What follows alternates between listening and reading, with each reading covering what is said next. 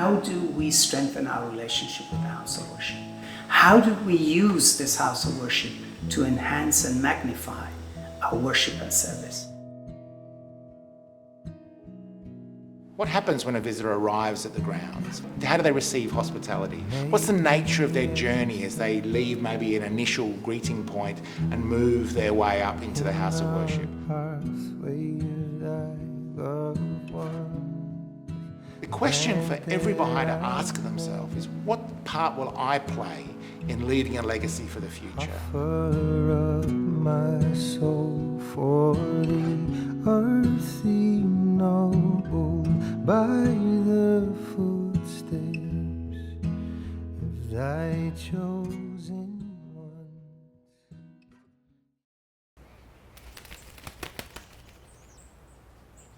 When the temple was first built, the Australian Baha'i community was really small, only a few hundred believers, and the task must have seemed beyond them, really, for what was possible, and yet they achieved this extraordinary thing. There was a call that went out from the head of our faith to encourage people to go to countries where the Baha'i faith didn't exist at that time. It started in 1953 and concluded in 1963. And there was a massive expansion in the number of countries that had Baha'is in it during that period of time. It was a time of extraordinary projects, of extraordinary sacrifice, with people picking up and moving to another location. And really the purpose in doing that, it was a mission to go and bring a community building process, even though we used different language at the time, to help build vibrant communities in the places that they went. Communities that now have been transformed by a process that began over half a century ago.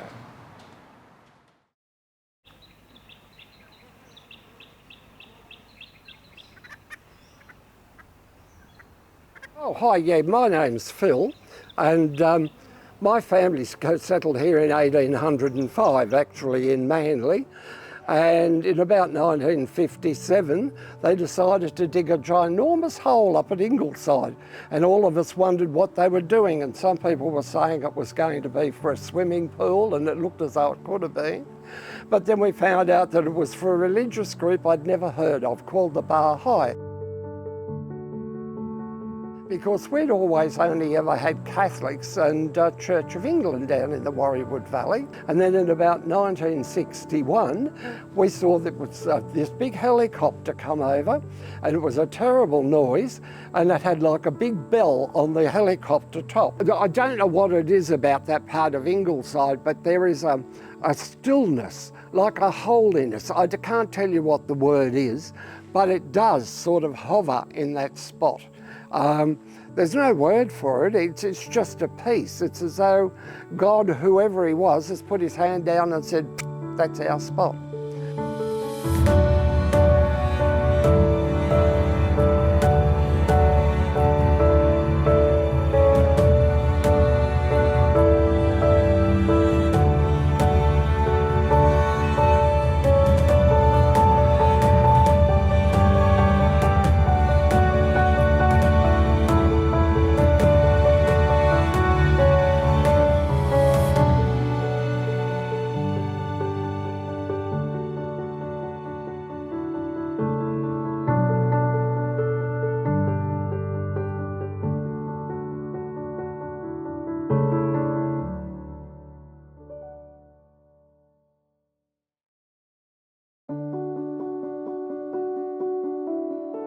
Hi, my name is Shirin.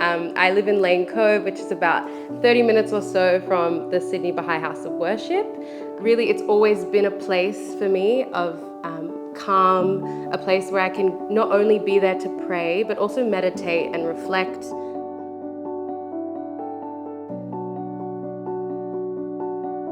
Many of these neighbourhoods or these pockets across Sydney will bring, busloads or carloads of their neighbours and their friends to the House of Worship.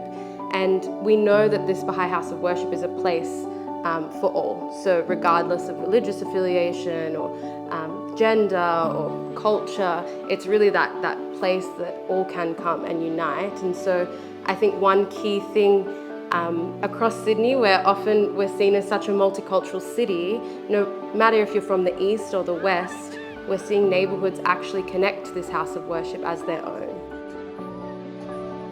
So another example of where we've seen communities in Sydney take ownership of the house of worship has been with the youth. And not only are they connecting their friends with the Baha'i House of Worship and connecting them to the Word of God, but also helping them to experience this peace and tranquility that they may not necessarily experience in their environments at home, but also realizing that there is an opportunity to collectively be in an uplifting space when the forces of society tell us different.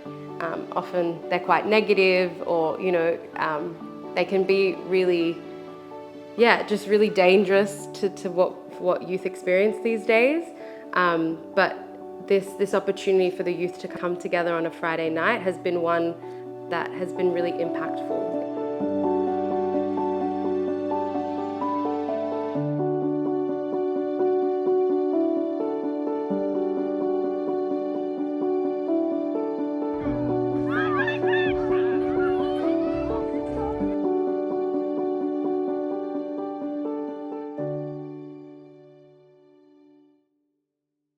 Hi, I'm Dante Naha. I'm from Mandurah Blackett, and my connection to the temple, I would say it comes from my community.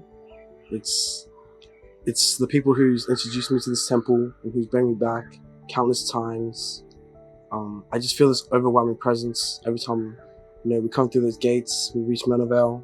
It's like I know I'm gonna see the temple soon, and then as soon as you enter the temple doors and you sit down, it's like a warming presence. It's like you're right there. The spirit just feels amazing. Our community just sparks even more when we come here. I would say when we're in our community and we're striving and we're serving, it's always a blessing to know that we get to come here and just pray. It's a nourishment.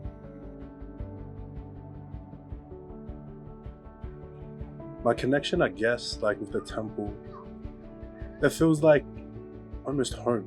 It's a place of like where we can be comfortable, and where we can have the spirituality with everyone else and like share it and bring it back to the neighborhood. Of course, obviously there's always forces that try to deter us, but what we got to remember is is like that standard, like I said before, like Abdul Baha says and Baha'u'llah says to us, even the Bab also says it to us, we've got to keep that high standard.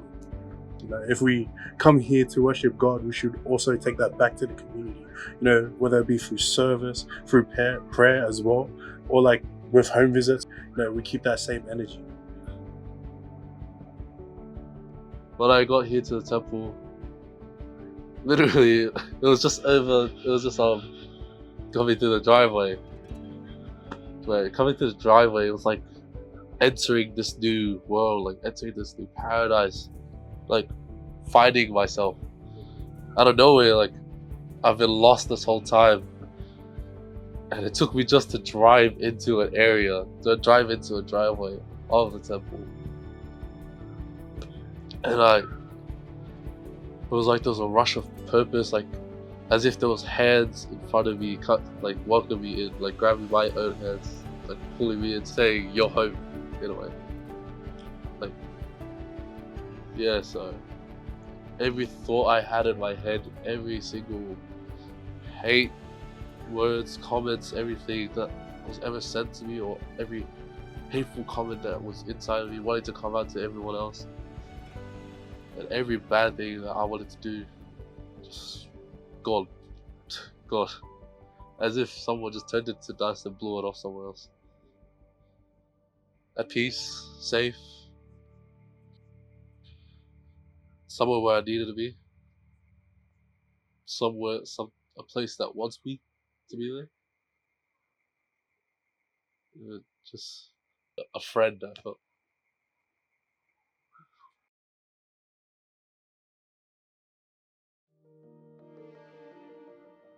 My connection to the temple is lifelong and multifaceted.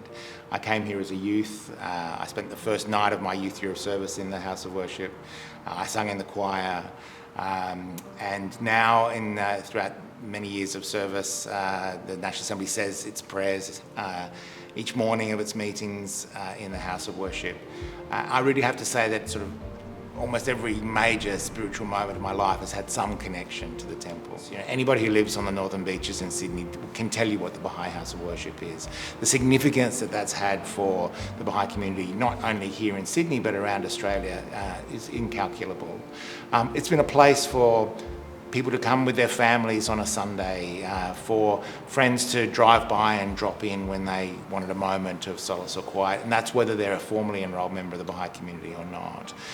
It served that role for many, many years, and the property has expanded over the years. The initial land that the House of Worship was built on was relatively small. It's then expanded into the land that has the national office on it now, and even then further again into to additional spaces that provide opportunities for gatherings and meetings, for children's festivals, for all these sorts of things. And even then expanded even further again with the purchase of 2 adjoining properties in the early 2000s, which now provide a place for institute camps or for other gatherings of the community. So what the House of Worship was in the 1960s has expanded constantly in that period of time. But it has not undergone, the central edifice itself, the House of Worship itself, has not undergone a major renovation such as we're now proposing in its entire 62 years since the dedication of the temple. So now's a big change, a significant change. But the design of all of that is to recognise that the House of Worship itself is the central ornament, the central edifice of anything else that happens, and everything else that happens on site takes its reference from that initial point. This is why the temple, its immediate surrounds, its steps, is really the first phase in the redevelopment of the National Centre, the National Temple site.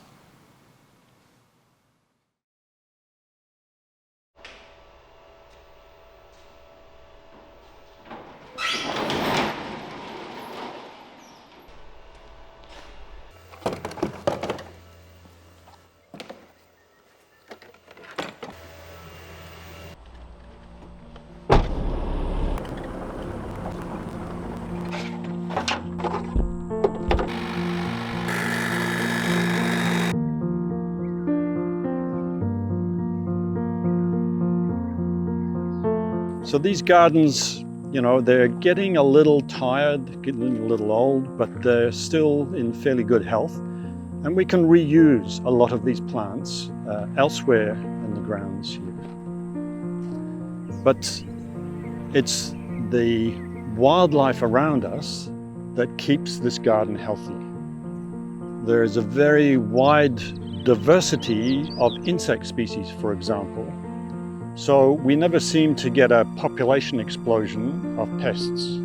And it's because the natural insects and others keep them under control. So we don't have to use pesticides, or we very rarely do. These palms are a native of Australia. We'll be reusing those in the new landscape. But other things like this beautiful Japanese maple we'll transplant and use elsewhere in the grounds. We'll also be able to do that with this one and all of these hedges here. So we'll be reusing nearly all of this landscape. And then the whole garden area will be redeveloped into new gardens.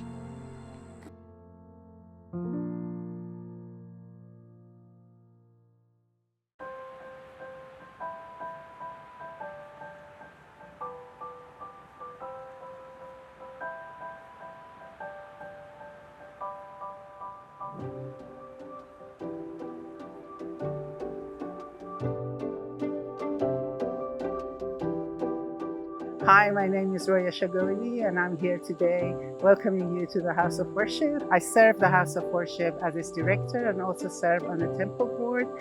And now we're also learning that how this House of Worship needs to be connecting to the communities, surrounding communities and the local community and also the local council in the area. That every person that comes here, they really feel that this is their House of Worship and they feel ownership to this edifice.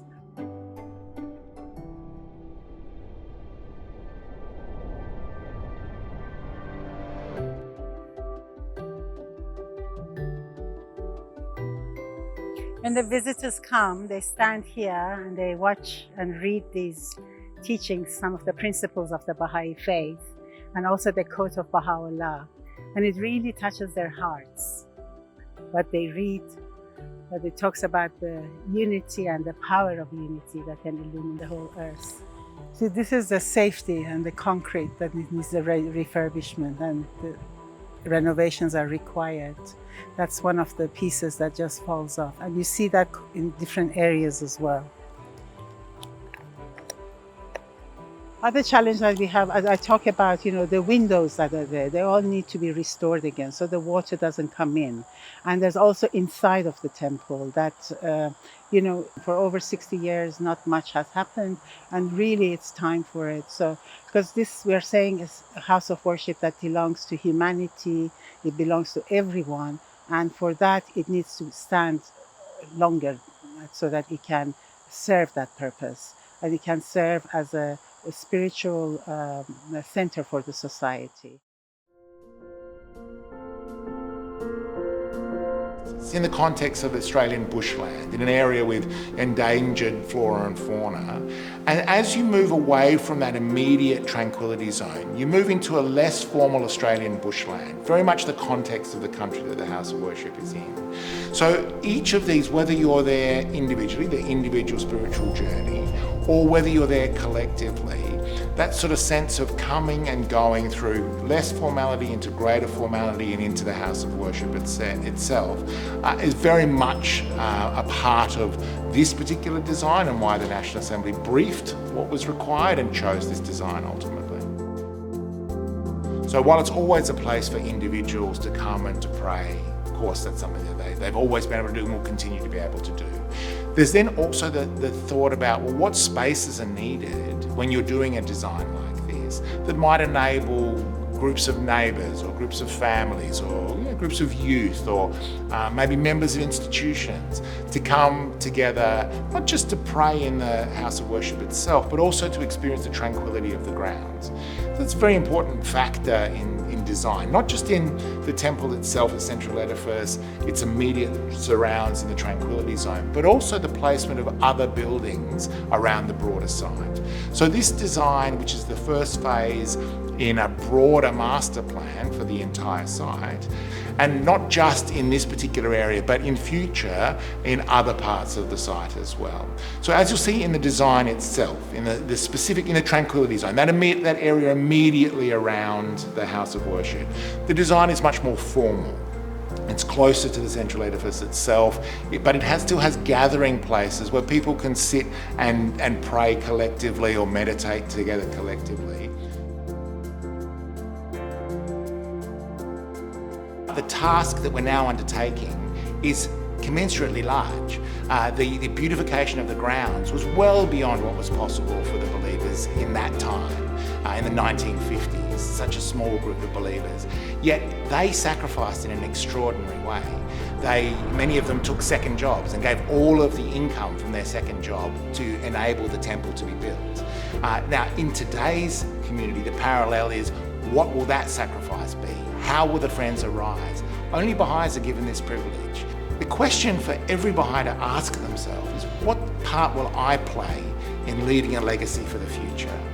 How will I sacrifice, just like my forebears sacrificed, to enable this legacy to be there for my city, for my country, for my continent? It's really an opportunity for every believer to reflect, what can I do? What part can I play? And we feel really confident that they will play their part, they will arise, and they will leave an extraordinary legacy.